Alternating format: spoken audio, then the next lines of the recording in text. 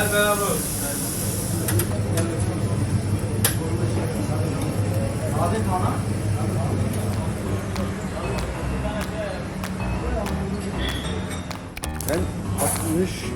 tane kasabım. 1964'ten beri buradayım. Asıl mesleğim kasap benim. Üst kat kasap. Kendi etimi kendim alır, kendim işlerim. Özelliğim o. Her şeyi seçerek yaparım, kınalı yaparım. Dönerimde kıymete bir şey yoktur. %25'i kuzudur, diğeri danadır. Hep bunlar seçmedir. Çünkü ben bu yıllarımı vermişim mesleğe. Yani kulaktan dolma değil. Bu işi en iyi yapanlardan birisi benim. Yani burada et ürünü olarak Adana, Urfa, tavuk kanat, antrikot bilhassa, pirzola antrikot. Bunları burada bulabilirsiniz. Tarihi Yarımada, Sirkeci burası. Yani çok değişik ve çok işlek bir yer. Aynı zamanda ben buranın muhtarıyım. Yani 3 tane muhtarıyım. Bizim bölgemiz turizm meselesi. Genelde hep turist. Bu 100 sene önce burada cumartesi pazar hiç işimiz olmadı. Şimdi Allah'a şükür her türlü full. Biraz da cumartesi pazar. İstanbul'un yerleri artık bu öğrendi. Burası değişik bir şey oldu yani. Yani sonra bu sokağa gelen her şeyi iyisini buluyor. Yani, afiyette gönül rahatlıkla yiyebilirsiniz.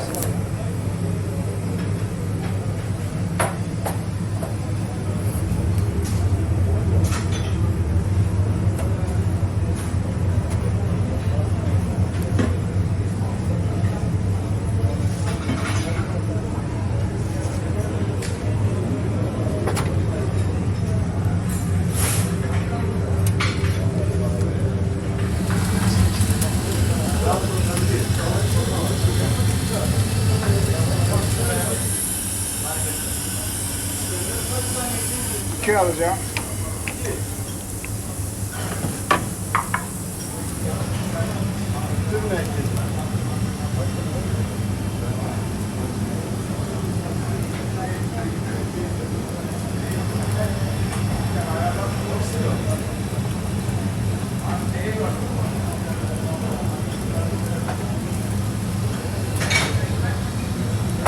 Var abi.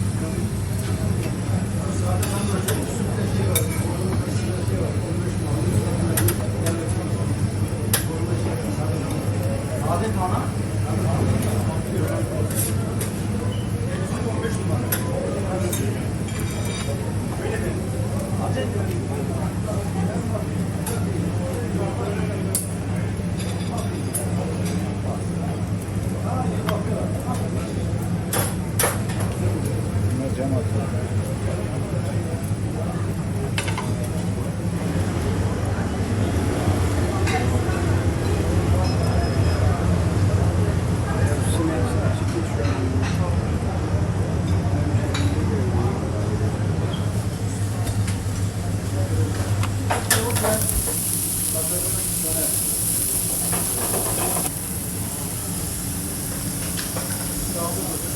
Gel beraber.